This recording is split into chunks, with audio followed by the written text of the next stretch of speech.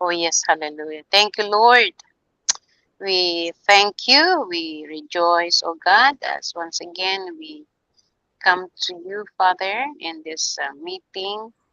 Uh, Lord, you've said in your word that two or three gathered in your name, there you are in the midst of them. So we thank you for your presence right now. We thank you, Lord, iti daytoy apo Dios nga oportunidad manin nga income agadal kadagiti sasaom. Agyaman kami apo iti wisdom nga na-impart mon kadagitoy nga mangisuro apo kada kami.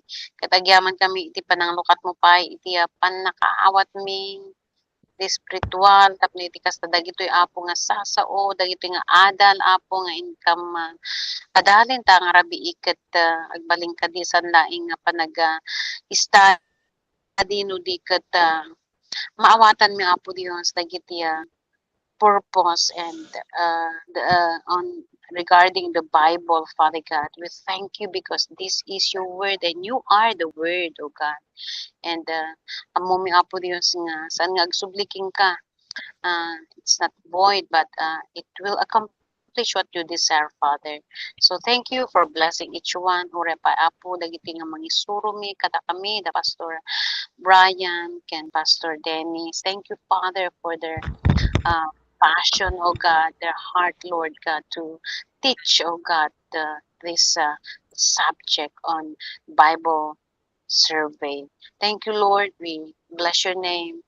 Ket amo mi nga awan ti distansya apo iti panagadan utik ket apo dayti kadinga da kami amin nga agad alag may sa kami apo espiritu apo tapno ti kasta ket adaw pa iti maadam iti daytoy apo nga subject. Dahil apo ti kararagmi, babay na po Miso Kristo. Amen. So, ayan, ang lesson natin ngayon is on the book of, i-review natin itong book of Exodus. And Pastor Dennis, sa pagdating sa book of Exodus, parang isa itong pinakasikat no sa mga books ng Old Testament. So, ayan, napaka-dramatic kasi nito, Pastor. Parang kung pelikula, actually parang ito yung part na maraming pelikula ang ginawa. The Life of Moses, mapa-anime man yan o pelikula. O parang gandang gawan ng pelikula. So, ayan. Marami ka ng sermon sa Exodus, Pastor. Ikaw ang sermon ng Exodus. Ayan. Mali yung notes ko. Nasa hindi pala. Ano ba to? Saan yung cursor? Anong page yan, Pastor? Ayan. Ayan. Book of Genesis pala.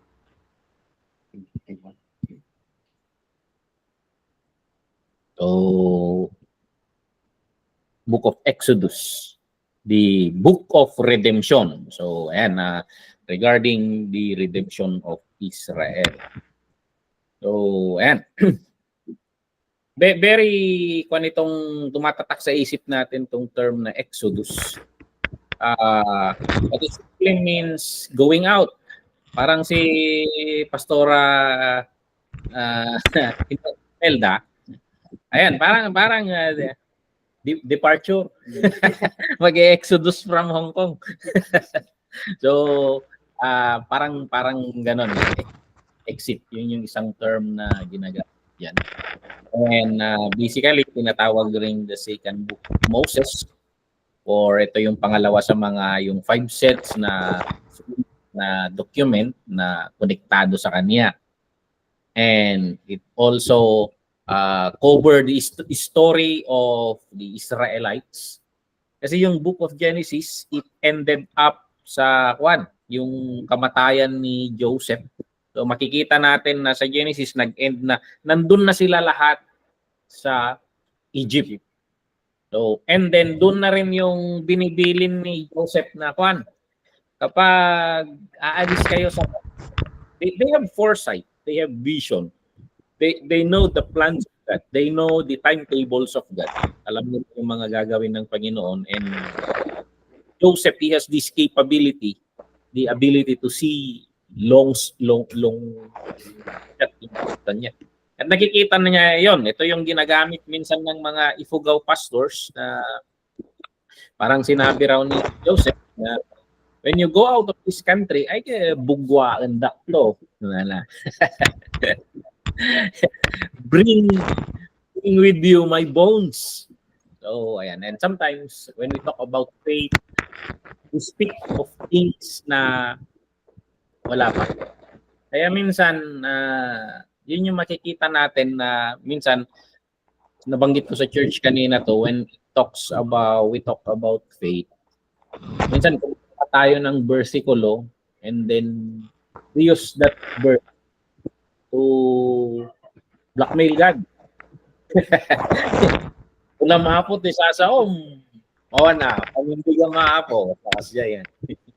But then, sometimes, I look sa perspective na ang faith, something na may sasabihin ang Diyos sa iyo or may ipapakita ang Diyos sa iyo. At panghahawakan mo yun. Na there is no such evidence. Nakita natin sa Genesis yan. Abraham, sabi ng Panginoon, iwan mo yung bansa mo, iwan mo ang kamag-anak. Pupunta ka sa lugar na sasabihin to. So the faith is something na you move, even you move into the unknown. Bibigyan kita ng anak, sabi. You simply believe at natutuwa ang Panginoon kasi sa Book of Hebrews, without faith, it is impossible to please God. So may pinapakita ang Panginoon sa atin, and then we shape our life based on that na pinakita or sinabi ng Panginoon sa atin. And makikita natin dito sa end of Genesis, si Joseph, he speak beyond his life. Na pag-alis ninyo dito sa bansang ito, bugwa undak ka. Diyan ka manong at pinartid nga baboy ide. Yeah, sorry sir. So, ayan, bawal baboy diyo eh. So, baka, may tupa, mga ganun siguro. So, nag-end yung Genesis doon, and then pagpasok sa Exodus, nandun na sila sa loob ng Egypt. And makikita rin natin na mag-e-end yung kwento ng Exodus doon sa nagpagawa kasi ang Panginoon ng tabernacle. And ang ending ng book, nandun na natapos ni Moses yung tabernacle, kumpleto nito yung tabernacle, bumaba yung presensya ng Panginoon. Pero there is a puzzle doon. Gumawa ang Panginoon ng tabernacle, pero bakit hindi makapasok? And then yan yung twist rin kung bakit magkakaroon tayo ng Leviticus. So yun yung one. Pero yun yung pinaka-overview nito. So, ayan. Dito sa mga susunod na part, mga makikita natin dito, mabilis na ang daloy ng kwento dito. Hindi kagaya nung sa Genesis na ibig kong sabihin, bumabagal na ang takbo ng kwento. So may mga key events, mga pangunahing pangyayari na parang kung director sana ng pelikula yung sumulat. Ito yung mga plots na ginawa niya. Ito yung mga part ng na iniha-highlight niya. So, ang una, yung bungad na ng Exodus. Kung bubuksan mo yung Book of Exodus, medyo shortcut nung nagsulat doon, and sinasabi nandun na may kinalaman na ang tingnan natin. So binabanggit na dito sa bungad ng Exodus yung mga pangalan ng mga pumunta doon, the 12 brothers including their father, and then binabanggit na rin dito na meron ng masama or hindi na maganda yung trato. Magsisimula sa chapter 1 magsisimula na yung persecution sa kanila. pahihirapan na sila doon na yung hirap nung gano'n, nung napakatindi mo, tapos in the long run, ang daming utang na loob sa'yo, in the long run, makakalimutan ka. So, I don't know if how many years ito, how many years, but I think na hapyawan ko kanina, this is a span of 200 years kasi yung kwento ng Exodus. So, matagal-tagal rin yan. So, parang kumahawig rin sa magmula kay Magellan hanggang siguro sa mga revolutionaries natin. So parang 300 kasi ang Pilipinas eh. So, pero parang similar na gano'n. Another is yung ang isang highlight rin dito sa Exodus ay yung makikita mo na yung daloy na persecute. Kaya sabi ko gusto nilang gawing pelikula to eh. Dahil sa persecution, naririnig ng Panginoon, nakikita niya yung persecution. At gumagawa ang Panginoon, may ginagawa ang Panginoon na remedyo.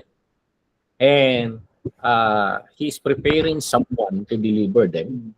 At papasok dito yung kwento ni Moses. Okay, marireflect natin dito. Ang daming lesson na pwedeng i-reflect dito eh. Minsan, there are things that happen in our life na hindi natin naiintindihan. Bakit, Lord? Pinala mo kami rito. Bakit, Lord? Ang ganda naman nung simula. Bakit ganito na, Lord? Anong nangyari? And sometimes, we begin, parang may pattern kasi sa life ito eh. We begin complaining, we begin ranting sa Panginoon. Pero hindi mo alam na sa mga time na ganun, sumasagad na yung kordon mo, hindi mo alam na may hinihahanda pala ang Panginoon. Bago ka pa man magpasaklolo or magreklamo, may remedyo na ang Panginoon. At yun yung pag-aaralan natin dito. Preserve ng Panginoon si Moses. So napaka-dramatic rin ng kwento ni Moses dito. Alam na natin yan. Yung tinapon siya. Nakita rin yung magulang niya eh. May kakaiba sa batang ito. So we must yun yung sabi natin na faith ulit. They see something with this child na they preserve. Kasi sa kanila, it's a matter of life and death rin eh. They preserve based on that. Maniniwala ako na may pinakita ang Panginoon sa kanila. Pinahiwatig ang Panginoon sa kanila sa pamamagitan sa batang ito. And because of that, yun yung nag-shape sa action nila. Na yun yung picture of faith. Picture of faith na sinasabi. So, yung pinapakita ng Panginoon, yun yung humuhubog sa bawat galaw mo, bawat kilos mo. Baliktad kasi ang Kristiyano minsan eh. Yung gusto mo, yun ang huhubog sa Diyos. Parang ang Diyos ang mag-a-adjust sa'yo. Parang ganon. Pero again and again, in the book of the Bible, makikita natin na ang kwan dito may papakita ang Panginoon and we are the ones who will align ourselves to these programs of God, mga makikita ng Panginoon. And that is our team sa Tribal Gospel Mission. And then, of course, tumakbo yung kwento. Yung pangatlo na key event, yung kino-commission na ng Panginoon si Moses as deliverer. So, kinakausap na ng Panginoon si Moses, hinuhubog na. Ayan, pag-aaralan rin natin dito na sometimes in our life, we are lost. Ganito na lang, nag-aalaga na lang ng tupa. We go to a place na asa ng mga purpose ng Panginoon sa buhay. And then sumusulpot ang Panginoon to commission us. So, yan. And then, ayan, key event number 4, pinapakilala ng Panginoon yung kanyang sarili as the great I am to Moses. So, these are tumatatak ang mga to sa isip natin. Laging nababanggit sa mga sermon. And then, ito yung 10 plagues. Yung 10 unos na dinala ng Panginoon sa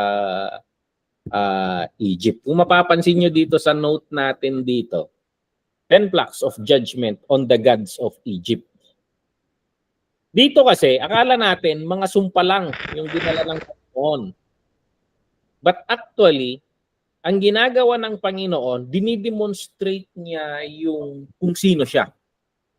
Ipinapakita niya yung superiority niya sa Egypt. Kasi sa Egypt, may top 10, may maraming polytheistic. So yung pinag-aaralan natin nung last Wednesday. In Egypt. And they have several gods. They have several gods, and ayan, yung hindi lang yung nangyayari doon, kundi action ng Panginoon yun to demonstrate His power and destroy these top 10 gods of Egypt. So according sa mga scholars, inisa-isa ng Panginoon yung mga gods na sinasamba nila. Una, yung unang tinira ng Panginoon doon, yung sa ilog. Yung sabi ng Panginoon kay Moses, yun, naging dugo yung Nile River. At isang pangunahin, tinitingnan nila kasi sa pag pinag-uusapan natin ang desert, kasi Egypt is a desert. Kung nasaan ang ilog, nandun ang buhay. So they consider the river as the source of life. Sinasamba nila yun. At yun yung unang binanatan ng Panginoon. Yung God of the Nile River. Na, nasaan yan? Parang ganon. If He can control life, why can't He not preserve the living things, the living creation under the Nile River? Nalason yun. So, in that, the demonstration of God hindi sa isa niya yun. Hanggang sa pinakahuli, yung pinakahuli na demonstration ng Panginoon, yung Parao mismo. Yung Parao mismo kasi, kino-consider nila yung Parao Diyos. So, ayan, si Parao, Diyos na sinasamba rin nila, kino-consider siya raw yung may control rin ng buhay. So pinamukha ng Panginoon na you are just a human being, you are powerless. Kasi pinanood niyang mamatay yung anak niya . So yung panganay niya, pinanood niyang nalagutan ng hininga. So it's a demonstration na I am the God. I am the God na the supreme being. Yung itong text na rin natin ito sa pinag-aaralan natin nung Wednesday na yung sinabi niya, there is no other God but me. Yung sa Isaiah. So yun yung kwan dito. So pinamukha niya kay Parao na you are powerless. You are nothing but a mere human. So ayan. And then nakakalungkot na hinintay niya na mawalan siya ng anak bago niya pinalay. Kung nag-obey na lang sana siya. Ayan. Yun yung nakakalungkot na panan. Have you itong perspective na ito noon, Pastor Dennis, yung regarding sa destruction of the gods of Egypt? So, ayan, you can research on that and you can make a sermon out of that. I-identify ninyo yung mga gods of Egypt, yung 10 top gods of Egypt, and how the Lord, our Lord, demonstrated this power, the great I am, pagkasino niya. Ayan. And then ang highlight ulit, another key event is the coming out of the nation of Israel. Napilitan na yung Parao eh. Wala nang natira. So, sige, umalis na kayo. So, yun yung sabi niya. Kaso nagbago rin ang isip niya noon at nakakalungkot. Parang pinatay niya yung mismong bansa niya dahil sa katigasan ng ulo niya. So, I hope we learn from him na if the Lord is dealing something, may hinihingi ang Panginoon, and may matututunan tayo kay Parao na Ang puso. yung perspective kasi dito, di ba sinasabi yung verse yan, pinatigas ng Panginoon yung puso niya. Napaka-unfair ba yun? Yung iniisip ko sa bakit? Pinatigas ng Panginoon yung puso niya, tapos babanatan siya ng Panginoon. Yun yung tanong niya noon, ni Pastor Peter. Paano niya resolve yan? Basically, yung maraming chances. Kasi it is always a free will. Nung una, may mga convictions naman eh. Personalan sila nag-uusap nila ni Moses. Ganun. And ayaw talaga. Pag ipapilit mo tikayat mo, may bayanan na ako Diyos. Ipalubos na. Actually, makikita natin to may verses sa New Testament na kuan eh. Even in I think that's the book of Romans. Yung hahayaan niyang paniwalaan nila kahit yung kasinungalingan. Hayaan niya silang magpakasasa sila sa what? I-pull out niya yung Holy Spirit niya, the spirit of conviction. So that way, kasi in the Old Testament, sa language ng mga Jews, sometimes it's not literal, yung pinatigas yung puso. It is something to emphasize what thing. Kasi minsan, nililiteral natin yun. Ibig sabihin nun, hindi ka na kinukonvict ng Panginoon. Hinahayaan ka na niya. Hindi na niya pinapakialaman. Kasi minsan, sa atin, may prinsipyo ng Panginoon eh. Kung ang sisira sa'yo, si Jesus Christ sa Matthew chapter 7, yung mata mo, tanggalin mo yung mata mo. Sabi niya. Kung yung kamay mo, tulin mo yung kamay mo. Kung yung paa mo, putulin mo yung paa mo. Mas maganda nang papasok ka arian ng Panginoon nang hindi kompleto kaysa sa buong-buo kang papasok sa kasamaan, sa pagkasira. And sometimes ginagamit ng Panginoon ang mga masasamang kaganapan sa buhay natin, mga hindi kaaya-ayang kaganapan to get our attention. So sometimes even the negative things in life is still grace by God. Apay tayong palubos mo po, apay tayong palubos mo nga nangyari dito. We run to the Lord. But in the long run, marirealize mo, how many times sa buhay natin na may gano'n? Apay tayong palubos mo, apay tayong palubos mo. But in the long run, marirealize mo na the wisdom of God is so deep. And you will say in the long run, thank you Lord for doing that thing. No? Nagyaman na tayong palubos. Kasi sometimes, isipin mo yung 10. How many times?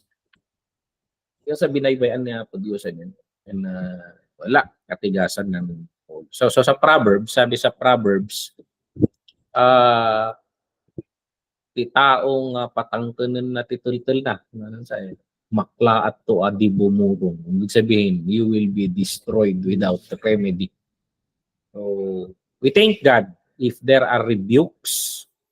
So, kaya pag may negative thing na nangyari sa atin, like Jonah, nagtagyaman, tahan nga ako, ninalngal yay pahin. So, inyangay no shark timbon niya po Diyos diyay. Magyaman tayo kinatadagi tani apo Diyos, sometimes He redirects us. So, sometimes even negative things is still grace of God sa atin. So, ayan. So, and then coming out, and then 7, the giving of the 10 commandments. So ito, giving of the 10 commandments and establishing of the Mosaic covenant. Nilinaw ng Panginoon, ngayon na niligtas niya sila. Tinubos niya ang Israel. Dinala niya sila, inilabas niya sila sa slavery. What's next? Nilinaw ng Panginoon na hindi kayo sa tinubos para lang sa kawalan. Meron ng usapan dyan. You live like this. You are my own. I purchase you. So parang ganun. But of course, you still have the freedom. And nilalatag niya na this is the covenant. You are my people, and if you do this, I will do this. If you don't do this, this will happen. So parang ganun. And it's a picture of our faith. Kasi akala natin, pagtanggap natin sa Panginoon, we are on our own. Makikita natin, there is a picture dito na we are inside the covenant. Bakit sasabihin ni Jesus Christ, teach them to obey everything I have commanded you?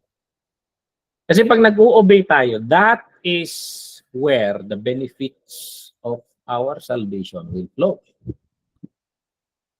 Tano, uray na isalakan ka, and you don't obey the ways of Christ, you will not enjoy, you will not achieve the life in its fullness. Kung may maligtas ka, pero saka mo na may enjoy. Doon ka sa langit pag-enjoy. And it's possible that we enjoy life in its fullness dito sa lupa if we follow the ways of the Lord Jesus Christ. So ayan, binigay niya sa kanila yung paano yung kontrata. Sabi na lang sa Hong Kong, meron kayong kontrata. May memorandum of agreement, may kasunduan kayo sa na pinagkwentuhan ni Pastora Pastora Imelda noon. Alam niya yung mga rights niya. Sabi niya raw sa amo niya, fire me. Kasi pag ikaw raw pala ang kumalas, may babayaran ka. Alam mo yung kontrata, fire me. Siya magbabayad pag ganon. And then so parang ganon. Hindi indiscriminate yung salvation natin. The Lord save us for a better life. But there are terms and conditions of that na may enjoy tayo. So ayan. So sabihin na lang natin the terms and conditions, yung giving of the 10 commandments, the establishment of the Mosaic covenant. So ayan. And then number 8, the supernatural guidance of Israel in the pillar of clouds and fire. Ano rin ang itong nakakamangha ito sa kanila kasi nung naglalakbay sila sa wilderness, kailan sila abante? Saan sila tutungo dyan? Left, right? But the Lord is there. His presence is there through the clouds. Kasi without the cloud, madidehydrate ka doon. Yun yung payong nila eh. It's ewan ko kung sino mga napunta sa Middle East kung ilang degrees yan pag nasa but yung cloud kasi nila yun yung nagko-cool down sa kanila sa umaga. Yung fire naman daw, ito raw ang sa pag pinag-uusapan ng wilderness. It's so hot kasi na-amplify yung init sa buhangin sa umaga. Napakalamig naman daw pag gabi. Napakalamig naman daw paggabi. But sa gabi naman, nandun yung pillar of fire. So if we reflect on that. Ginudo dati yan. Hindi ko lang alam kung pwede silang magtuno ti kamote diyan. So yun yung concept ng concept nila dito na ang mare-reflect natin diyan. In our journey, this life, introduction ko sa message ko kanina to sa life is a journey. At yung journey na pinapakita ng Biblia, it's a picture, yung life natin, humahawig siya it's a wilderness journey. So yung journey nila doon, hindi madali. Kaya ni Jesus naligtas na tayo, pero sinasabi niya, there are trials and tribulations. So, mahirap to. But ang makikita natin, Kaya akala ko, Lord, naiskamata ako. Akala ko ang buhay Kristiyano ay masayang tunay. Bakit minsan hinahayaan mo itong mga to?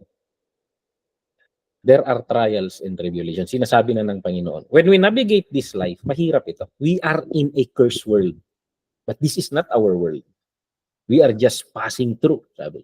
Pero ang makikita natin in reflection dito, the presence of God is with us. Kahit nasa wilderness tayo, mainit sa mundong ito. Pero may payong tayo. So, kaya nga lagi kong sinasabi, kung yung hirap na nararanasan mo, how much more yung walang Diyos? How much more yung hindi niya nararamdaman yung comfort ng Panginoon? Actually, yung natanggap natin, yung Holy Spirit is down payment. Hindi ka naman magda-down payment ng 90%. It's just a down payment.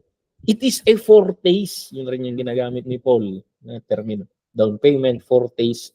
So, kaya sinasabi niya na the things that God prepared for us, for those who love Him, no eyes have seen, no ears have heard. But we only have a foretaste. So, ayan. Kaya expect na mahirap tong mundong ito. But hindi kasing hirap ng dinadaanan ng mga walang Kristo. So, ayan. So, malamig sa mundong ito. Minsan, you feel cold. Malayo ka sa minamahal sa buhay, mga taga-Hong Kong. Walang yumayakap. Malayo ka sa mga mahal sa buhay. But, nandun yung pagmamahal ng Panginoon na sumasama sa iyo. So, nandun yung kan. So, we can reflect on this. Lahat dito, daming sermon dito. Ang daming sermon. Siguro sa lahat ng books ng Bible, pinakamarami akong nagawang sermon, Exodus. Kasi it is a picture of a journey. So, ayan. And then the supernatural guidance. So, yan yung protection and guidance. And then number 9, ng mga key events, binibuild ng Panginoon, the Lord asked Moses to build a tabernacle according to God's command and pattern. So, ayan. Ano yung tabernacle? Tabernacle is a picture of the how do you deal with God? Paano ka lalapit sa Panginoon? So, and then yung chapter 10 na puno yung presence. Makikita niyo rito, sa book of Genesis, nung nagkasala ang tao, they were kicked out from the presence of God. Na-kick out tayo from the garden. Pero ang mapapansin mo dito, the Lord wants to be with His people. The Lord wants to be with His children. Mapapansin mo dito na pinalabas man ng Panginoon sina Adan at Eva. Pero lumabas rin siya. Sumama siya. Di ba nandun siya, kinakausap niya si Cain. Wag yan. Masama yan. Makikita mo nga, even dito, makikita mo yung desire ng Panginoon to dwell in their midst. Kasi itong tabernacle, yung illustration kasi ng mapping nila, 4 tribes sa taas, 4 tribes sa baba, 4 tribes sa left, 4 tribes sa right. And nandun sa gitna ng camp nila, yung tabernacle. Yung desire ng Panginoon to be in the presence of His people. So nga, nayanak ni Jesus Christ, the name Emmanuel, you can make a sermon ulit. Pang Christmas ito. Bakit Emmanuel? God is with us. This God who desires to be always with His people. Kaso lumalayo tayo eh.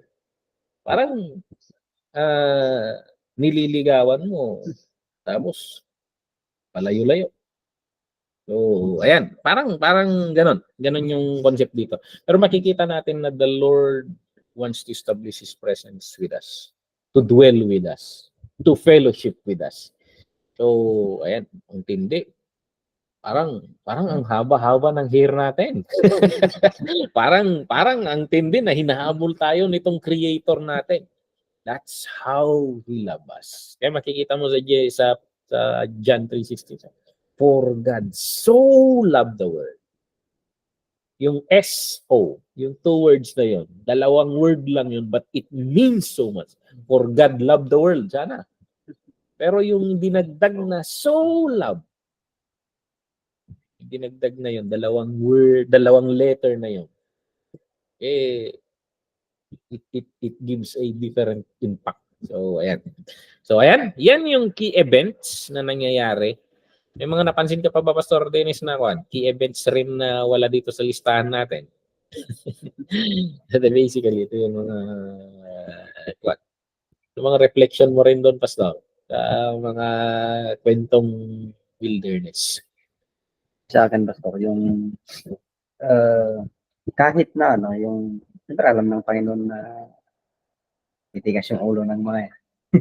Pero yung presence of God, siya yung nag-preserve sa kanila dun sa wilderness.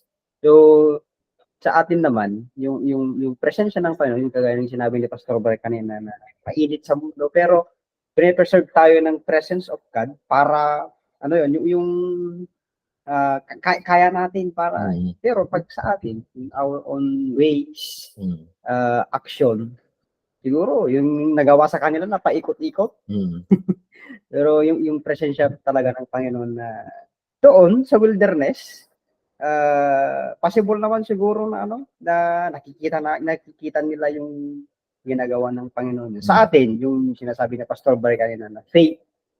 So paano natin masasabi na nandito yung presensya ng Panginoon. So, mararamdaman natin yan. Alam natin na yung time na parang yung alone. Time na parang nagda-down yung mga emotion natin. So, I think parang mas malapit ka sa Panginoon. And then, pre-preserve ka na ng Panginoon. So, parang naman laban sa spiritual life, sa Christian life. So, ayun. Gaya sa John 3:16. For God so loved the world. So, pakatindi. Pagmamahal ng Panginoon. May minsan dito, yung presence of the Lord,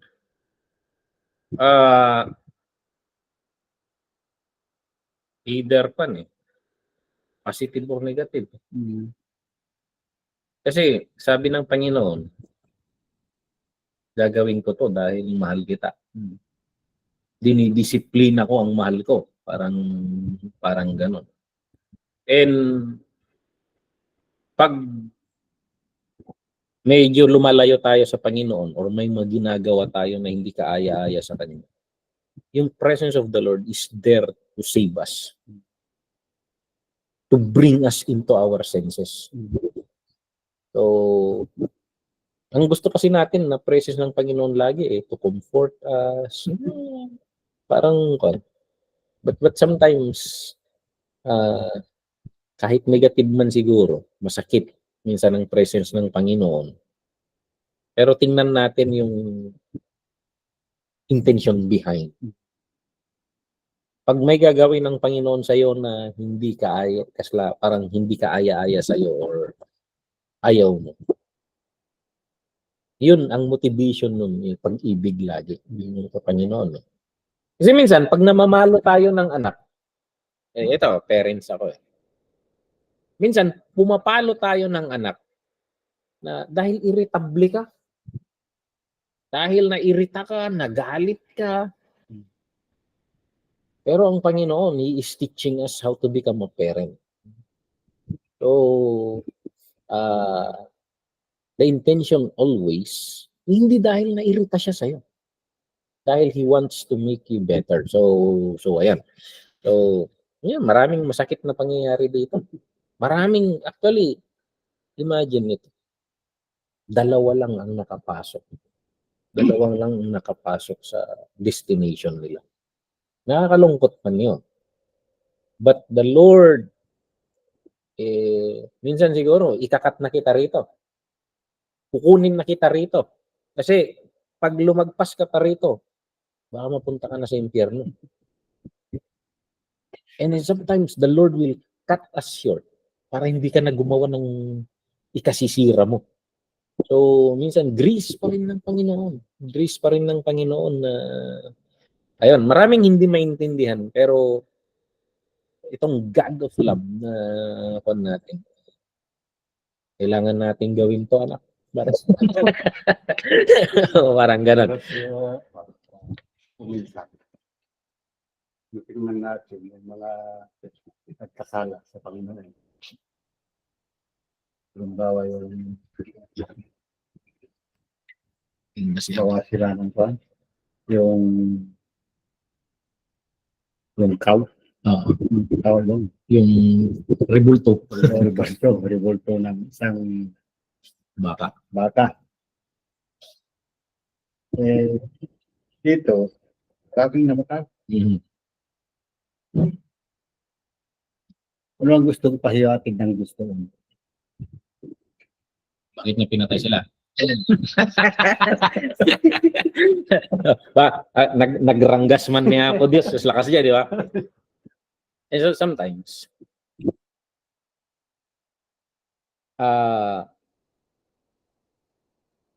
wages of sin is death. Nagtuturo ang Panginoon.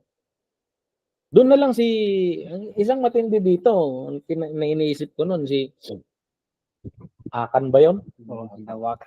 O yun, nagnakaw sila ng kwan, nagnakaw ng kwan, pati pamilya niya, makatwiran ba to? Yun yung kwan. Pero yun yung kwan ng Panginoon yung parang emphasize na. These are serious things. Kasi parang tayong mga Kristiyano kasi sa panahon natin, napaka-spoiled brat natin.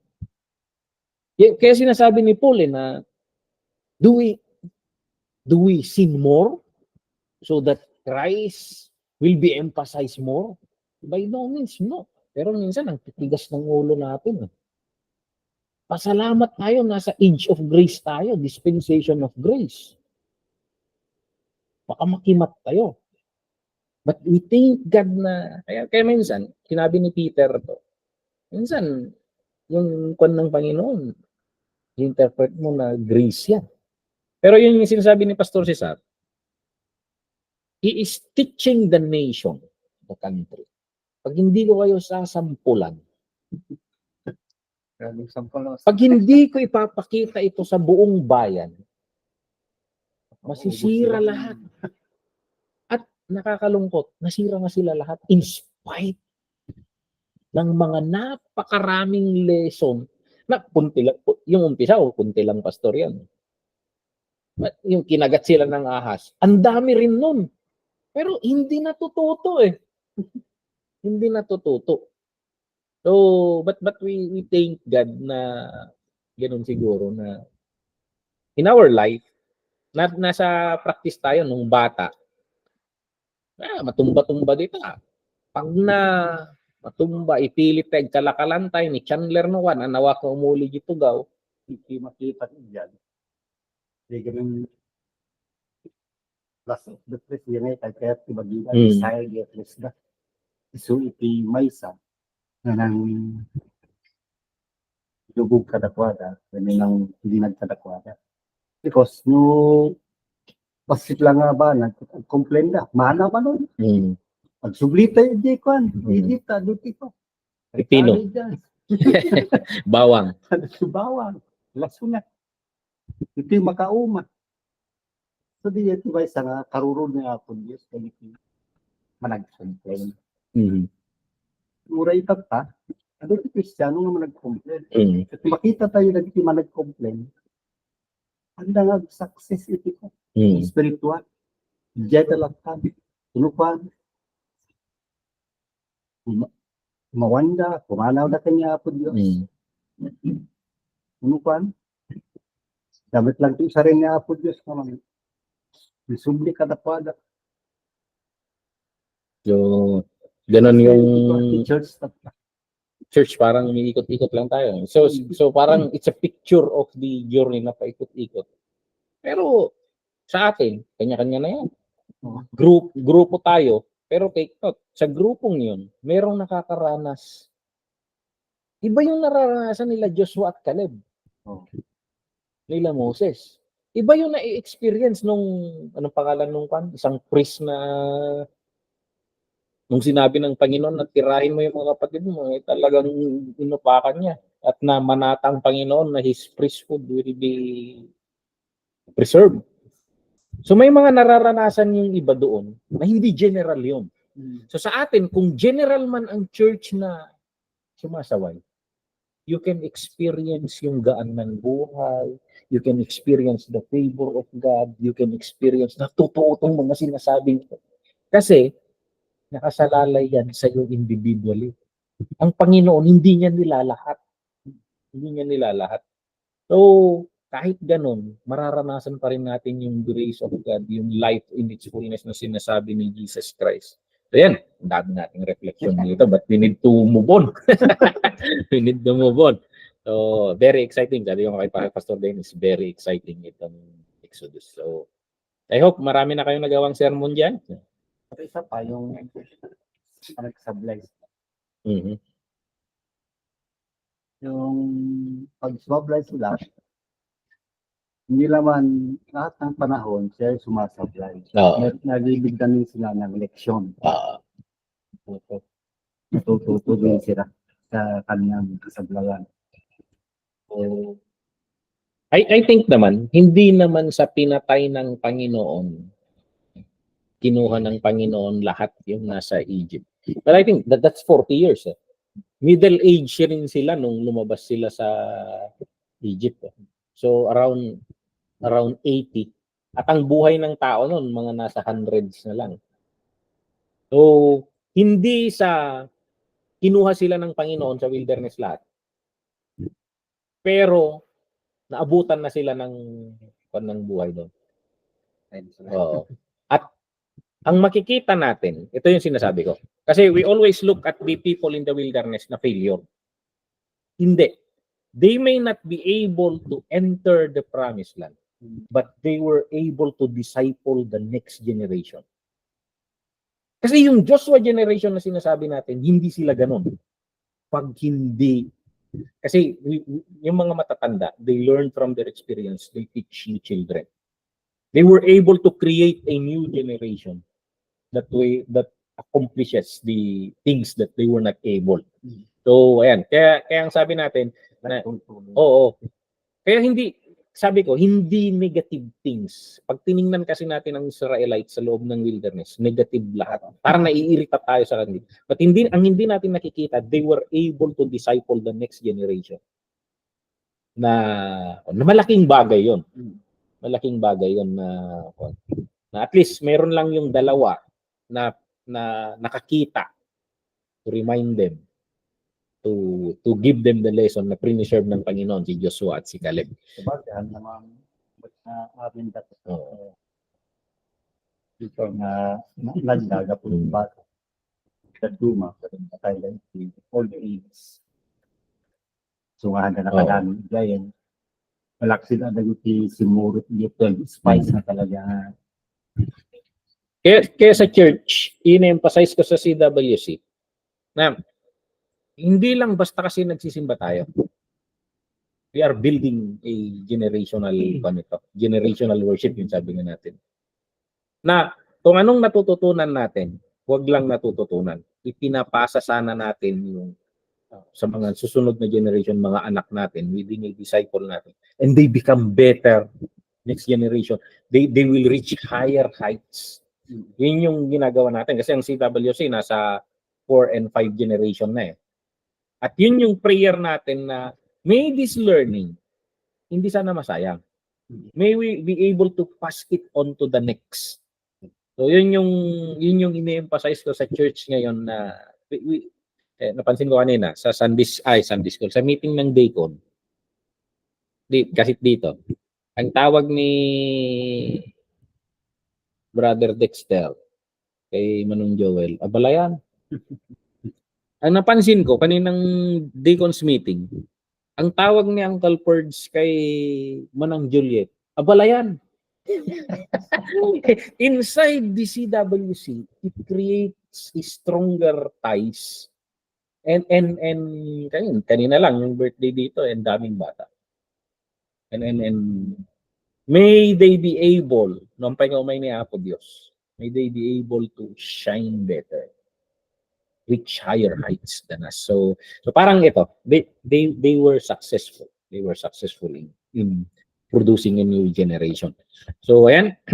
And then yun yung key events. And then punta tayo sa simple outline.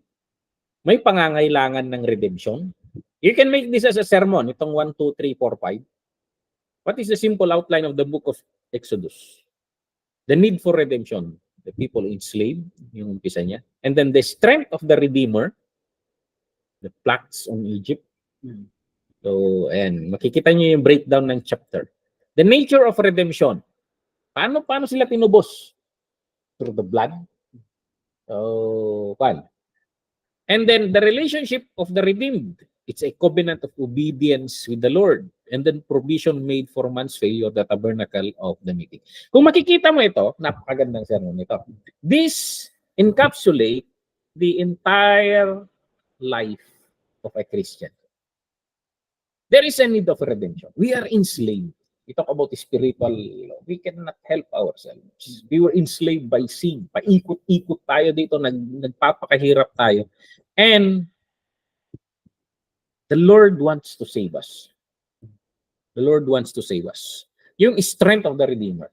Ang alam kasi natin, ang nakikita natin, yung kamatayan ni Jesus Christ. Ito, napakatindi ng wisdom ng Panginoon nito. Ang nakikita natin sa physical eyes, it's a defeat. Pero actually, si Jesus Christ, sabi doon, pumasok siya sa spiritual world and He disarmed everyone in the spiritual kasi hindi niya madi-disarm sila in the physical world. He went inside the spiritual world and disarmed everyone. Itong mga spiritual beings na ito.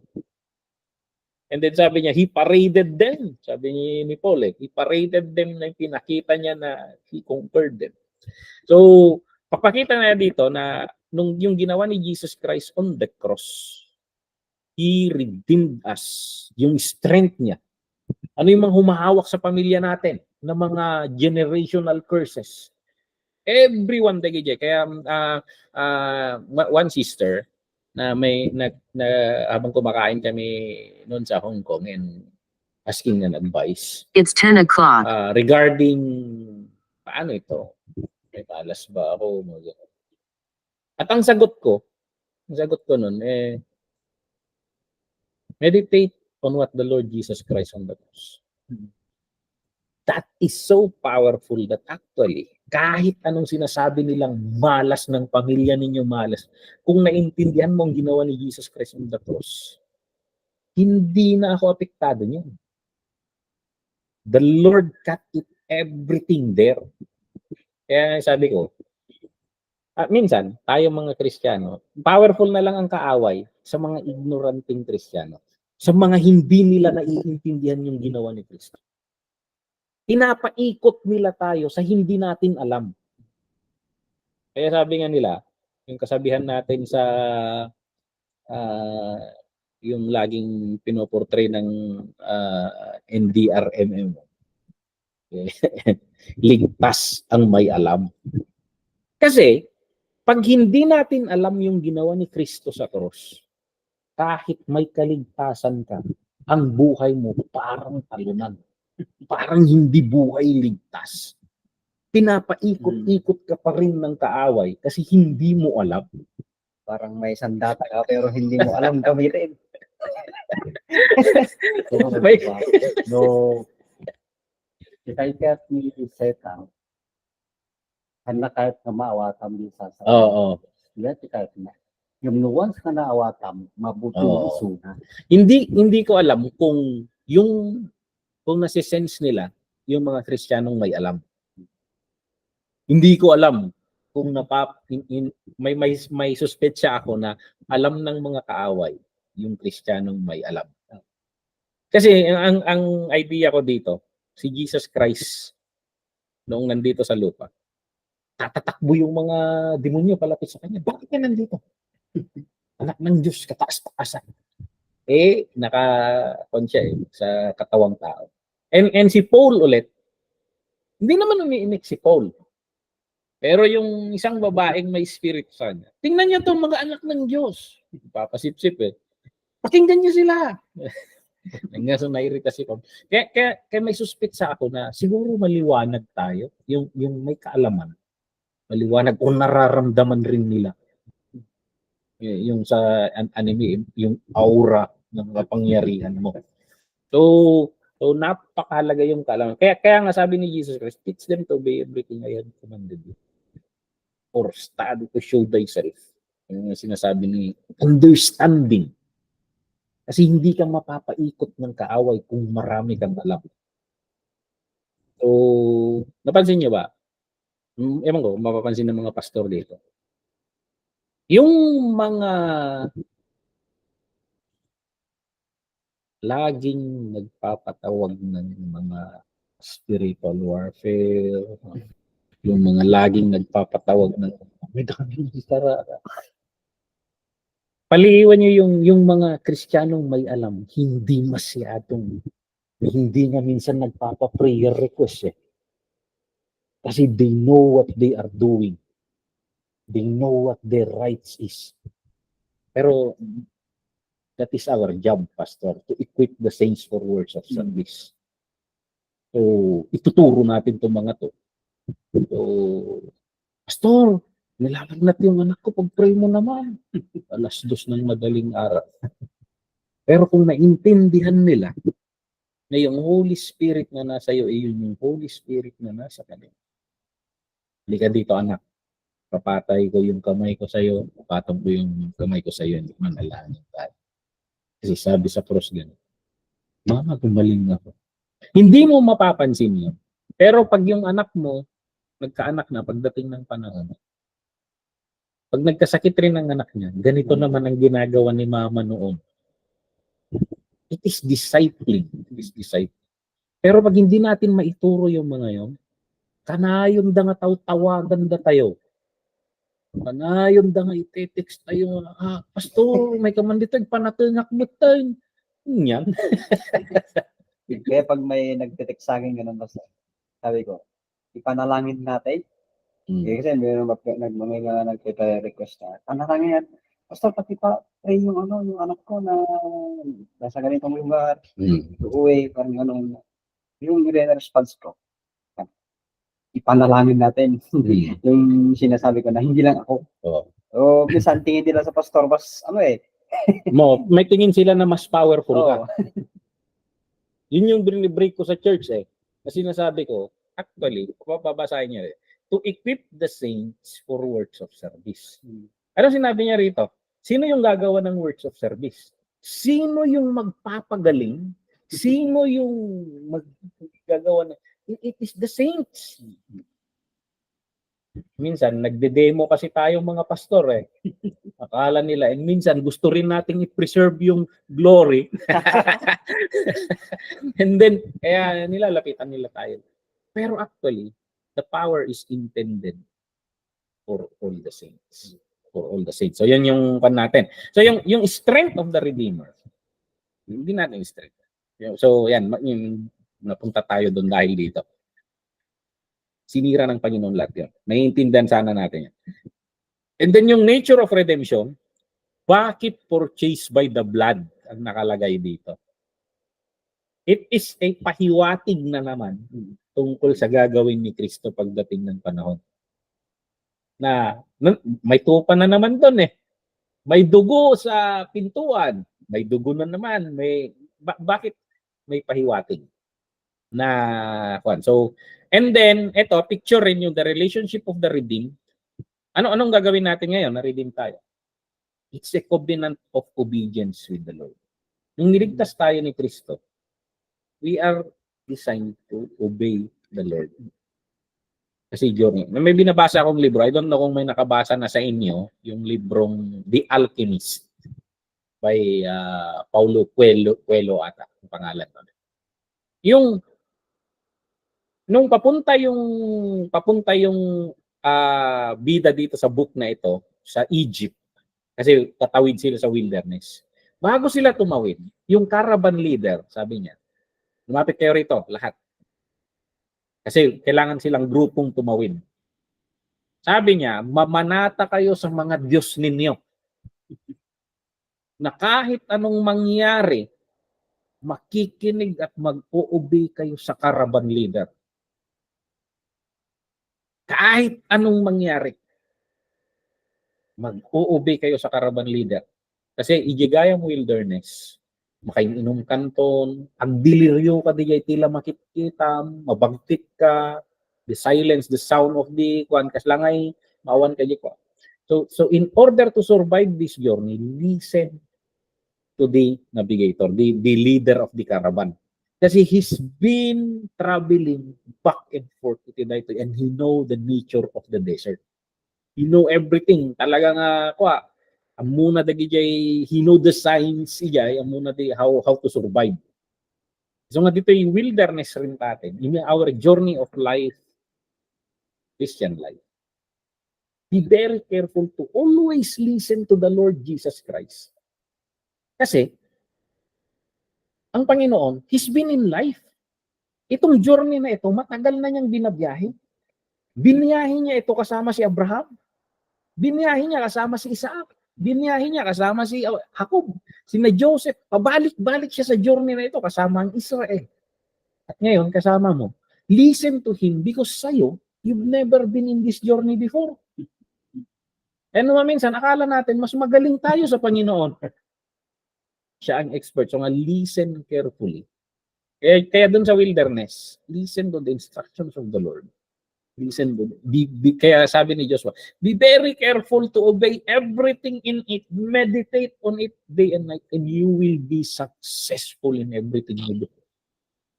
What gives us success is our obedience to the instruction of the caravan leader, ni Jesus Christ. Listen to the guidance of the Holy Spirit. Yun yung magtutulong sa atin. So, ayan, covenant of obedience. Si Moses na tayo kaya nga tempo,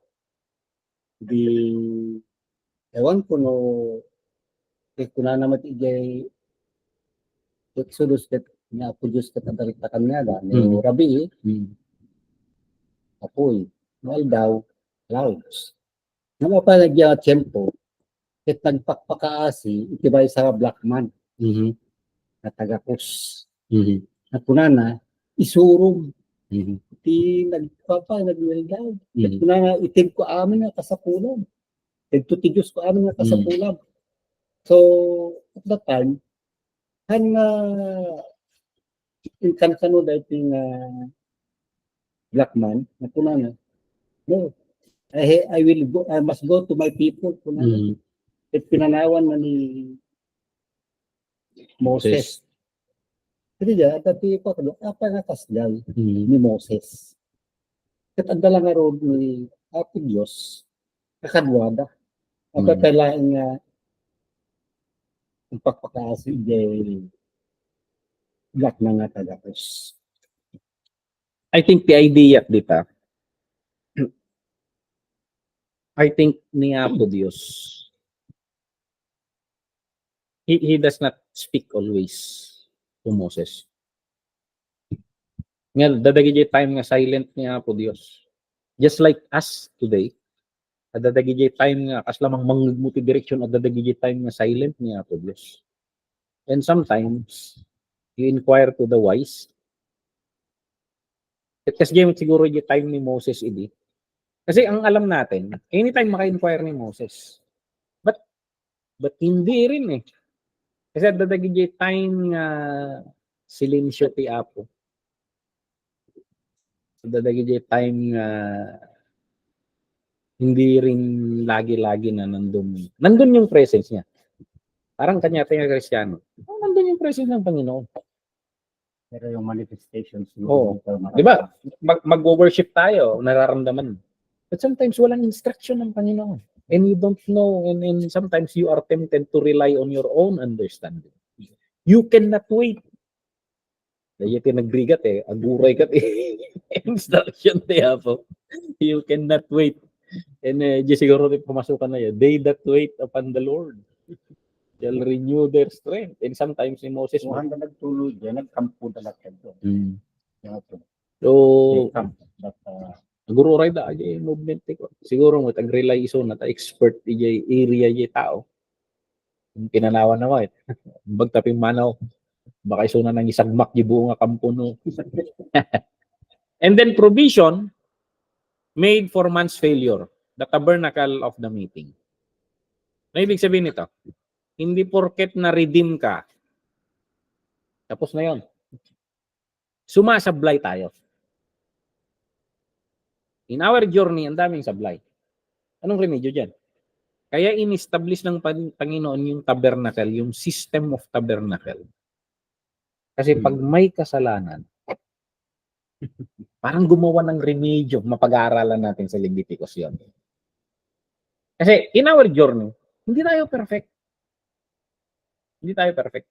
Ups, down, ups, down. Kaya nga sinabi ng Panginoon you sin. He is faithful and just to forgive. If you confess your sins, He is faithful and just to forgive us. Ang kagandahan sa atin, direkta tayo kay Jesus Christ. He is in the tabernacle. Sa kanila noon, ang daming protocol. Birok pati iyakan mo, karnero manan, birok pati kasiyay. But dahil iti remedyo ni Apo Diyos, kanya tayo gamin, praise God. An offering once and for all. We go back to the cross and then still valid yung one. We just go back, keep on going back. That is the remedy tapno we can always connect with God. So provision made for man's failure. We fail. Even if we redeem, we are redeemed. We fail. Sometimes nadadapa tayo. Nagkakamali tayo. But niya po Diyos, He wants to fix. Kaya tayo po Diyos madayo tayo. Nagkamali tayo. Niya po Diyos, kaya't nang repairin yung relationship. So, inikan natin ko nga astoy. Karamidin nyo na ito. So, hindi ko alam no pagtutungtungan ko di atang. Angkal. No, at dati, agsakit tayo. Wages of sin is death. Sakit tayo, katipatay tayo. I-remedyo tayo. Mapantay ka dagi jay anta connection na di spiritual world. Mumbaki, manggagamot, albularyo. Agibagada ti datom. Dumawat da ti atang. Numawatan tayo mo't dayo yung concept. Adda atang min daton min Okay. Iso nga you can go directly kini Jesus Christ. Bypassin na amin dayay. Bypassin namin dayay nga whatever. Nakasuyat ka dito kang nga makikita kung nata ko uray pay paiso. Our offering is superior. Our offering is superior. It bypass everything. Lord, inyaman ginaramid ko nga ako. Host na dayto. Nung na-violate ko man dagiti linlintag mo, pakawanan na kaapo. Nung na-violate ko man ti lintag ti salon at pakawanan na kaapo, can you give me another chance? Kasi everything ginapo Diyos laws At dagamin jay, na-violate mo ti spiritual laws. So, no, at dati, different kind of sickness. Spiritual sickness. Kaya nga dyan, tayo makawatan ng kalye, di ko kani, glab-miis kamot kanya ko. Una tayo, adana dalapos mo makikita dita. Well, spiritual, kasi imposed by the spiritual world kanya tayo. Yung uray atang-atangan, no physical problem yung nangyari kanya. Kapag tina-violate mo, ay binanat-banatam jeep, pinapaitan, pinag-ngatong uric acid mo. Ay, uray atang-atangan dayjay, tiremedyo na dayjay, ag-cleansing ka. So, ayan. Yung physical realm dayjay. Well, of course, our offering, our atang is very powerful. By His stripes we are healed. And sometimes He grant us miracles to heal those. And sometimes He just fix your problem in violating that law of health. Gubi ka gawin dagito ng linlintag. And sometimes He bypass those and gives you a new beginning. So, ayan. Miracles. Okay? Who wrote the book of Exodus? We know this. Na-discuss tayo lang di Genesis ito. So bakit si Moses? Kinonfirm nila sa New Testament, even Jesus Christ kinonfirm na. But nabanggit ko last time na hindi word by word, but the core content ni Moses tinagdap ko na dagitoy. And then at the editors who arranged it, they edited it into a coherent form. And then that's what we have now. But the core teaching, the core concepts, it is Moses. Kailan na nasulat ito? Within yung event.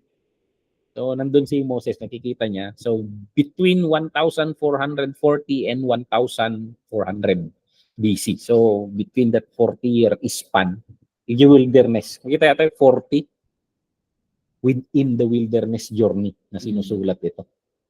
So sa loob ng wilderness. And then the book of Exodus covers a period of approximately 215 years from the going of Jacob's family to Egypt and giving the law of God in Mount Sinai. So migrate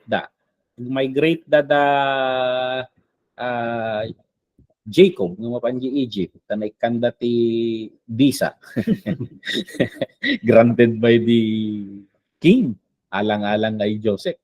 They were given a migration residence visa. So, they were able to enter Egypt. Ang ginggana idirimwarda kat naala da yay law i Mount Sinai, that is approximately 215 years. So, how many generations?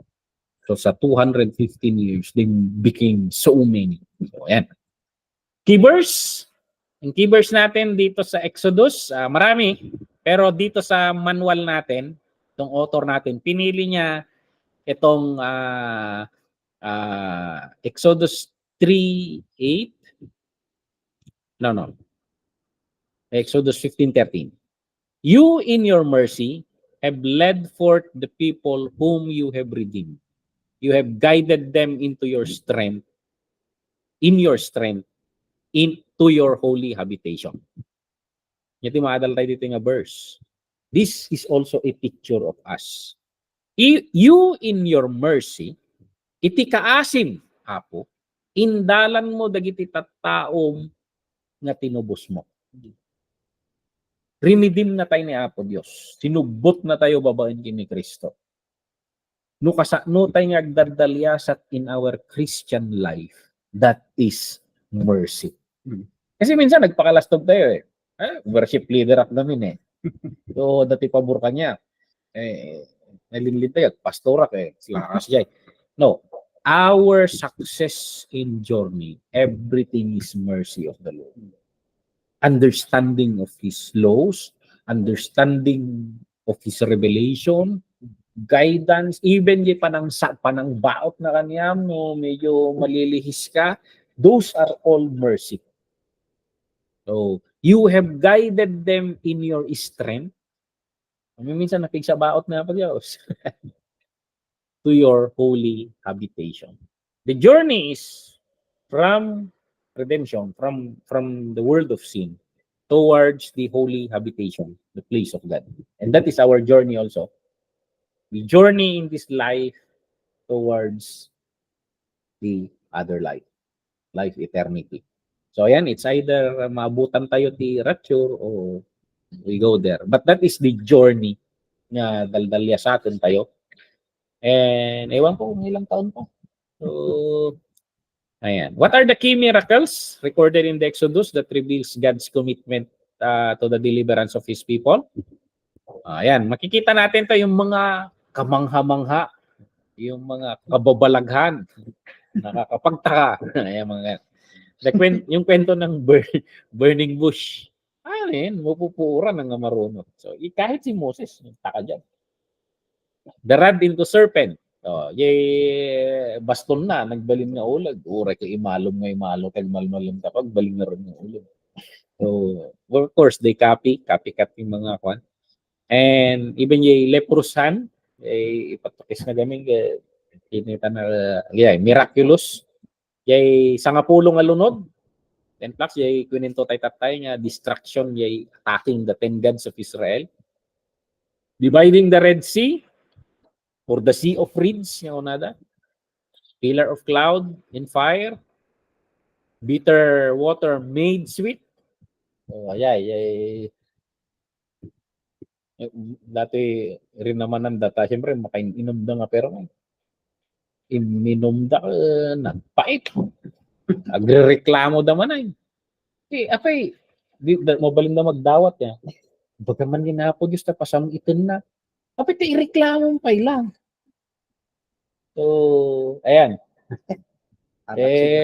Da nakita na diyan nga masitas. Instruction na po Diyos kabi. Nya ka na pa nagtunayan kay. Nya stevia. Stevia nga taday yan. Gabil na dyan tayo at naagasan nyo na, no? That is a miraculous. Still, kita mo, obedience. When we obey, miracle things happen. And then, the morning manna, ito is cereals, every morning. Evening quail, ayan, mga rabiid at pugo. And then, water from the rock. Ito yung mga miracles. Upheld rod of God, dahil tayo mapanda makigubat ka na gijay nga ito ni Moses lady. Iman na, yung baston mga apak na. The upheld rod of God, miraculous rin yun. And the tables of the stone, ayan, ginawan ng Panginoon. Manifest glory of God, ijay ending part na. So, the Lord came into their midst. Dito makikita mo yung first ba? Emmanuel, God with us, binabana yung presence. Okay? Now, ang 'di ba yung key verse natin doon sa Genesis last time, yung I will put enmity between your seed and the seed of the woman. Snake. Paano natin makikita? Kasi sabi natin noong sa Genesis, yan yung key verse ng buong Biblia. Yung struggle between the seed of the woman and the seed of the serpent. Paano natin makikita dito yung continuity ng struggle? Yan yung makikita natin. So, from Genesis 3:15 na yan. Makikita tayo dito, makikita natin na the seed of the woman enters into Egypt, Genesis 46. Pumasok yung seed of the woman into the realm or territory of the yung serpent. And then the seed of the woman multiplies in Egypt. Kikita tayo dito. Ureda ka yung teritoryo ti kabuso, prosper ka lata. Ayan. And then the seed of the woman is attacked by the seed of the serpent through Parao. Ayan. Pinukkawan na. And it kills many. Mininotan na. So makita yung Biblia nga, paulit-ulit ang picture. Sabi ko kanina sa church. Pare-pareho yung sinasabi niya. But he uses different parables, different imageries. But it speaks the same message na uulit-ulit. Parang, kaya pag binabasa mo, parang nabasa ko na ito noon na. Parang hawig doon na. Makikita mo yung allegory na sinabi nila. So, ayan. Moses miraculously saved to be a deliverer of God's people. Makikita mo dito na Jesus, si Moses ay archetype of Jesus. Ni-raise up ng Panginoon, patayon damot ko ma, di ba ni Jesus Christ mat, ubing pa lang doon, nahantingan dan. Yeah, look at the similarities. And then, the Lord raised him up and then to deliver. Very, very similar. Moses is miraculously saved to be the deliverer of God's people. And then, God, insalakan niya po Diyos, tinubos God delivers the seed, his seed from the Egyptian bondage. So, ayan. And then, preserve niya yung seed in the wilderness with manna from heaven. Makikita mo, puro sermon ito kasi similar lahat to eh. So, how can we be preserved in the wilderness of this world that we are walking through? The manna from heaven, the word of God. Listen to the word of Jesus Christ, the word who became flesh. So, ayan. Water from the rock, it's still Jesus. Clothes that did not grow old. Ayan. Mga kamangha-mangha. Pangadimaan jibado da. Tapos simurot niya din maktol sa sapatos da. Ayaw ko yung gano'n. Gusto ko yung next year, bago na naman na ibang brand. But this is miraculous na yun yung kwento ni Moses. Yun yung observation nila. And the seed of the serpent tries to use Amalek to destroy the seed. So makikita niyo, it's different event, but it is the same perspective pag titingnan natin yung imagery ng serpent and the seed of the serpent, the seed of the woman. God gives the law to his people as a hedge to preserve the seed. So we embrace the teachings of God because it preserves us. It preserves us. So ayan. Now, dito, naumpisan ko na to kasi na sa bawat binabanggit natin, hinahanap ko na si Kristo. Pero makikita nyo dito, may 5 na hina-highlight yung author natin. Saan mo makikita si Jesus Christ? Doon sa Book of Exodus. Una, si Moses. Si Moses is a type of Christ, our deliverer. So, ayan, makikita ninyo dyan, may mga supporting verses dito. Tingnan nyo rito. Pag gagawin yung sermon ito, nandyan na yung mga supporting verses. So, ayan. Marami kayong kwan. Huwag kayong mag-alala kung uuwi na si Pastor Imelda. Marami kayong sermon. Si Aaron. Aaron also is a type of Christ. He is our great high priest.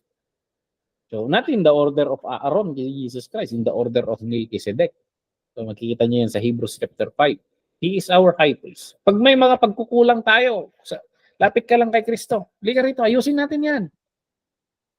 Oo, pag si Aaron, kuha ka ng alay. Hindi, ako na ang alay. Sabi ni Jesus Christ, sagot na kita. Lumapit ka lang.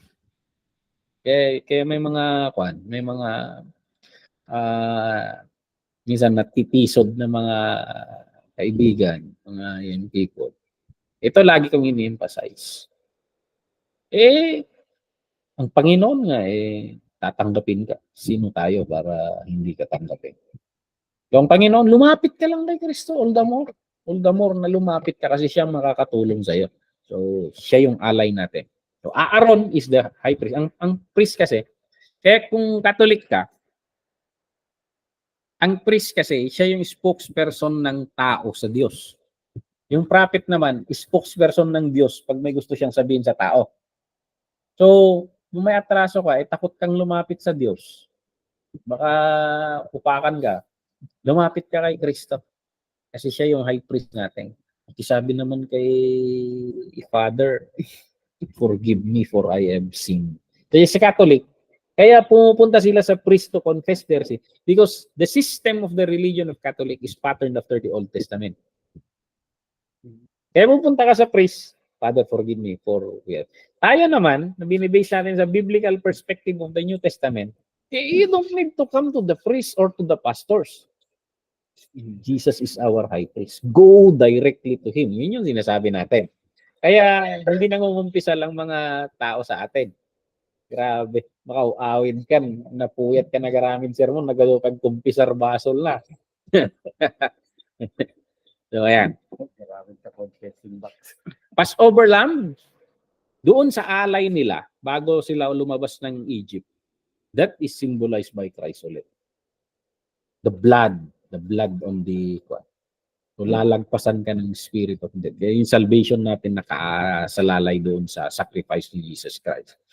The one who takes away the sin of the world. And then the manna from heaven, yung kinakain nila, it speaks of Jesus Christ that when we partake Him, yung food kasi, yung communion isla mysterious yung communion taong day minuto, nasantuan day ta. It is a picture of what's happened. Pag kinain mo kasi isang food, you digest it.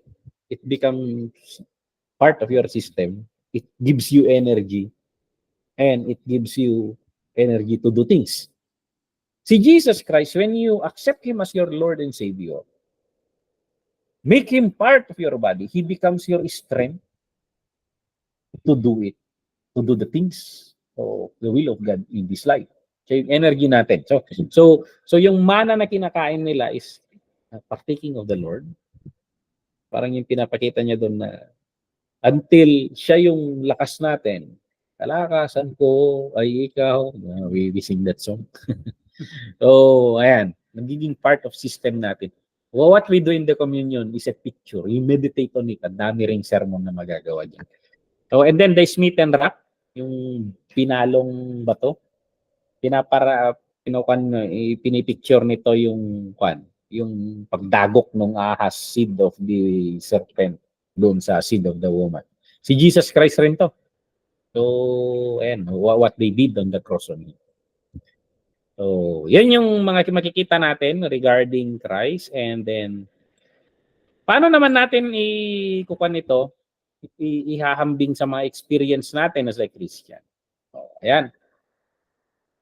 Itong mga parallelism rin. They were under the bondage of Pharaoh. Tayo naman, we are under the bondage of sin or Satan. God provided a deliverer, si Moses. Pinapakita naman sa atin, God provided a deliverer also. We have Jesus. Experience the Passover lamb. Christ becomes our Passover lamb. So, ayan. Pass through the waters of separation. Pass through the waters of baptism. Kaya ito, malaki-laking doktrina to eh. Bakit? Pinag-uusapan namin ni Pastor Jun nito. Wala ba? Hindi nag-online si Pastor Jun. Itong baptism, bakit mahalaga to sa Kristiyano? Kailangan mo bang mabaptize, Pastor, para maligtas? Sa akin yung ano din, basta yung baptism is sa akin lang siguro pag meron pang chance, magpapabaptize ka. So, basta may malakas ka pa, kaya mo pa. So, yun, sundin mo kasi part din ng obedience sa Panginoon. Pero pag wala na, hindi mo na. Yung parang mga pansana, yung mga kasi itong water baptism, I think siguro sa akin kahit siguro na kasi yung nung naipako sa cross Jesus Christ, yung dalawang doon, si Timo din nabaptize yung isa doon water baptism You will be with me in paradise, sabi ni Jesus Christ. Yeah, pero sa akin yung water baptism, hanggat may chance, may panahon pa, sundin mo na lang, wala na mawawala. So, pero yung water baptism hindi naman nakakaligtas yan. No. Ang pandito, kunin natin sa context ng dito sa Israel. Natubos sila. Tinubos sila ng Passover lamb. At tapos, paano ang ayaw nilang tumawid sa Red Sea? Maaabutan ka nun. Parang ka nun. Ang explanation ko, Pastor Jun, ito, yung baptism. Yung noong hindi ka paligtas, ang unang obedience na hinihingi ng Panginoon sa atin yung instruction regarding the Passover lamb. Gawin mo to para maligtas ka. Nung sinunod mo yon, yun yung kaligtasan natin Yun yung first obedience mo nung nasa labas ka pa ng kaligtasan. Now, pumasok ka na sa realm ng kaligtasan. Yung water baptism, yan yung first obedience bilang ligtas. Ang problema kasi, natula aming data. Apay, kailangan pwede tanong, pag may instruction ng Panginoon, at ganun ang attitude mo sa napakasimpleng, pag ganun ang attitude mo, ganun na rin later ang lahat ng attitude mo sa lahat ng sasabihin ng Panginoon. Ang balin kang agnostic. Parang parang mag-aalangan. Dito, napakasimple paano bumagsak ang tao? Napakasimple, di ba? Kinain lang nila. Bakit kinain lang nila? Grabe naman ang Panginoon. Pero yung redemption natin, napakasimple rin. Simple instruction. So actually, ito yung first obedience mo sa loob. So, nung kinain nila, yung first disobedience, sunod-sunod na yung disobedience. Disobedient na ang mankind. Ngayon itong first obedience, Simple lang yan.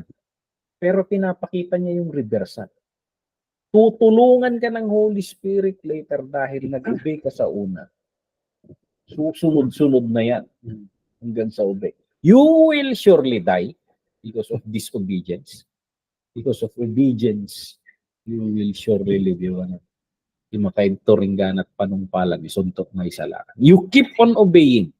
Obey one day at a time. Obey until you reach the destination. Mapapansin mo sa wilderness, bakit sila sumasablay? Every time na nag-disobey sila. Buti lang, gumawa ang Panginoon ng remedyo. Sinabi sa Proverbs na the fear of the Lord is the beginning of wisdom. So, pakalaki pala yung impact ng pag alam mo yung sinasabi ng Panginoon. Yun bibigyan ka ng karunungan na para hindi ka mapahama. Yun naman yung gusto ng Panginoon sa buhay ng isang tao. The fear of the Lord is the beginning of wisdom. Sina Adam at Eve. Yung fear kasi, hindi yung matatakot ka sa kanya. It's a reverence. Reverence sa kanya na wala, hindi nila ginalang yung wisdom. Hindi ko naiintindihan kung bakit hindi ko kainin yan. Pero yun yung sinasabi niya. You trust His wisdom. Sa atin, ang alam natin minsan, mas magaling tayo sa kanya . So, yun yung nagre-rely tayo in our own understanding. Kaya diba sa Proverbs, trust in the Lord with all your heart. Lean not on your own understanding. In all your ways acknowledge Him, He will direct your path. Minsan marami tayong hindi naiintindihan. Maraming hindi naiintindihan, pero sinasabi ng Panginoon, sundin mo na lang. Because there is wisdom behind na nakatago yun. For example, si Gideon. Sabi ng Panginoon, libutin niyo yung kampo nila. I-arrange nyo lahat yung army, lahat ng tao natin, hindi libutin niyo. Si Gideon, si Joshua siguro, napapakamot na. Kasi in the art of war, huwag mong i-display yung army mo. Huwag mong i-display yung power mo. Kasi sabi nila, it's an art of deception na pag mahina ka, palabasin mong malakas ka. Pag malakas ka, magpanggap kang mahina. Pero yun, anong ginagawa natin dito? Hindi rin naiintindihan siguro ni Joshua. Pero gawin na rin lang natin. In the art, si Gideon, number is power. Hindi niya rin maintindihan, bakit binabawasan mo? May 10,000 na tayo . Marami pa yan. Sige na nga lang. Ganun lagi si Gideon. Diba? Nung 300 na lang yung natira, tapos nung naghahanda na silang makigera. Ang dalhin ninyo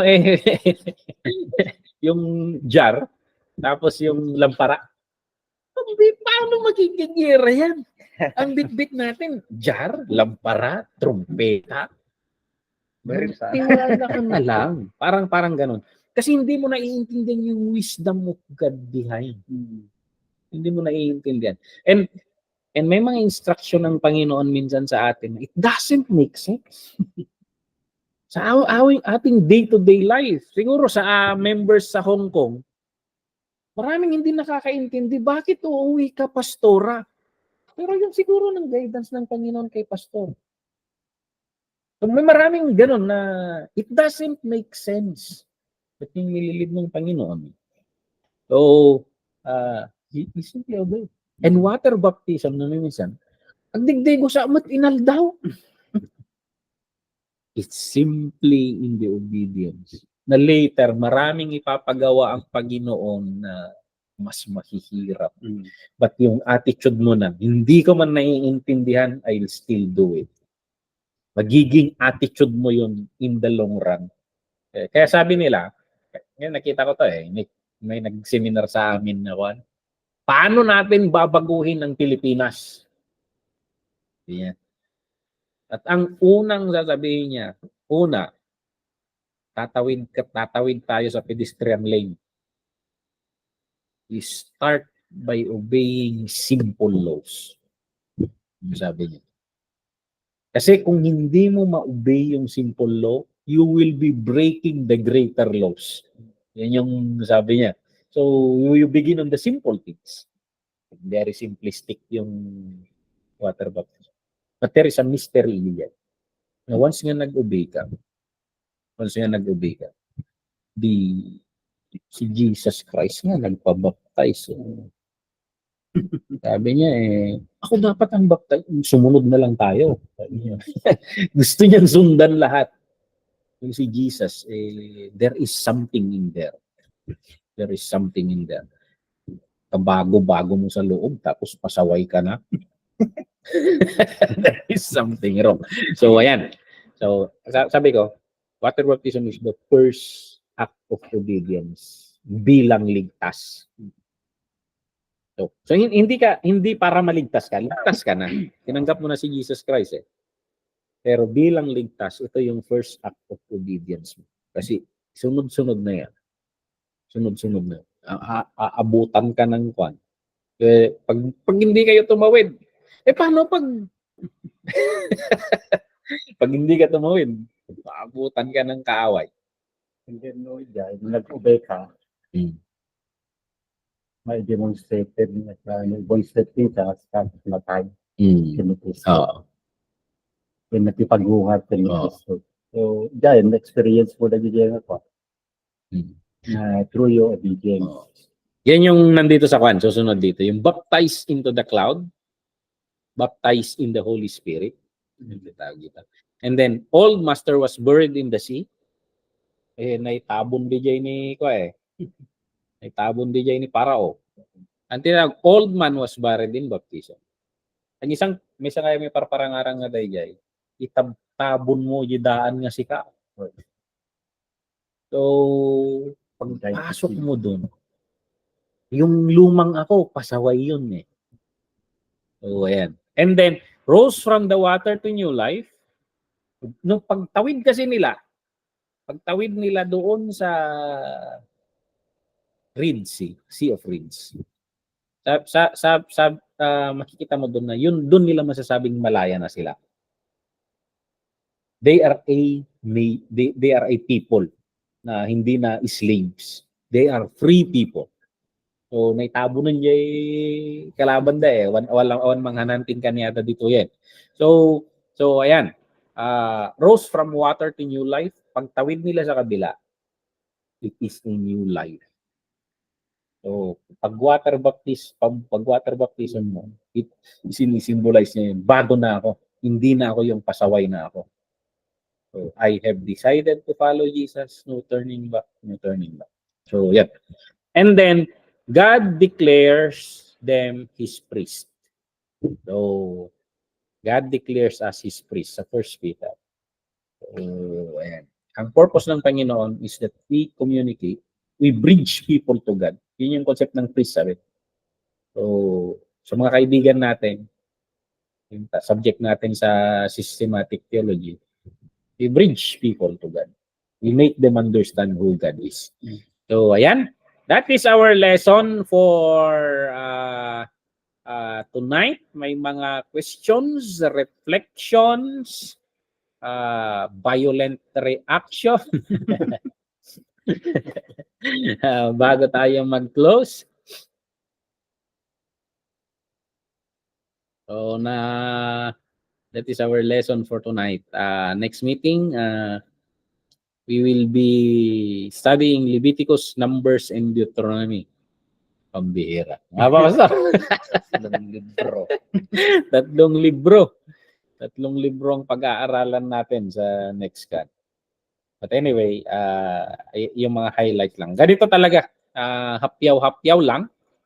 And then, pag itutuloy yung adalin, tutuloy natin, i-offer rin kasi ito, isang subject sa Bible School ito, tawag the Pentateuch. Babalikan itong Genesis, Exodus, Leviticus, Numbers, Deuteronomy.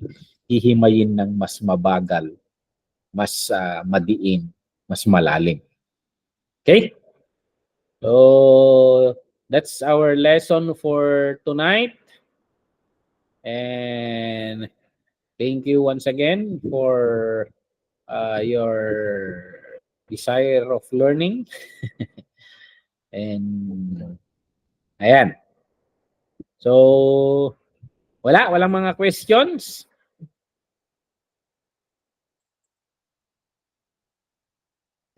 Sandali. Baka kasi. Ayan. So, Nakamute na. ayun, nakamute. Sige. So, ayan, dati questions tayo, reflections tayo. Pastora Joanne, ilan na ang nagawa mong sermon?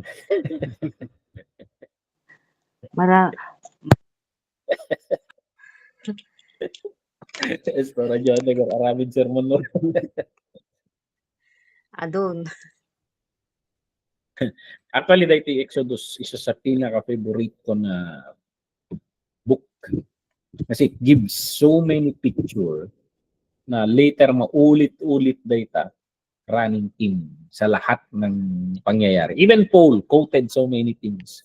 Even Jesus Christ quoted so many things. Kasi inuulit ni Jesus Christ ito. And it is a picture of our journey also. So, ayan, purihin ng Panginoon. Kung wala na, close ni Kon. Dahil we have Pastor Cesar with us, we will be praying for us. Iraman mo matan Pastor Cesar, kararag ni Sister Beverly, yung classmate tayo nga taga to'y Dugong. She was not able to join us tonight kasi agdaring mo kano iso na. And baka nangato ti stress level na ano, I think I need to rest. Sabi. So, sige, Pastor, close us in prayer. Sige, karag tayo. Heavenly Father, madadayaw ka.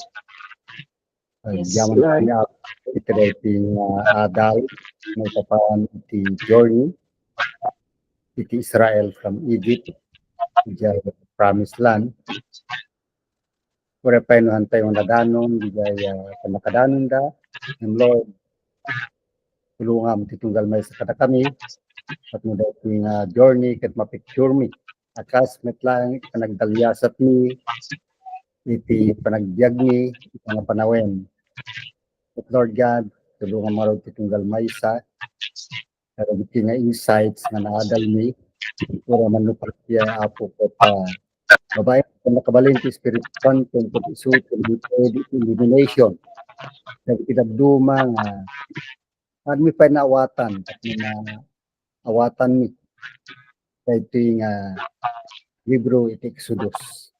Katagyaman kami apo Diyos ti presensya at kanayon para kami iti amin nga tiyempo ang runa ita nga nagagal kami iti libro iti Exodus ket amin nga refleksyon apo Dios ket sika apo iti mang palagip tapno malagip mi dagitoy nga banag nga napasama ko ti Israel iti panangtawid da iti Red Sea ginggana dadapay iti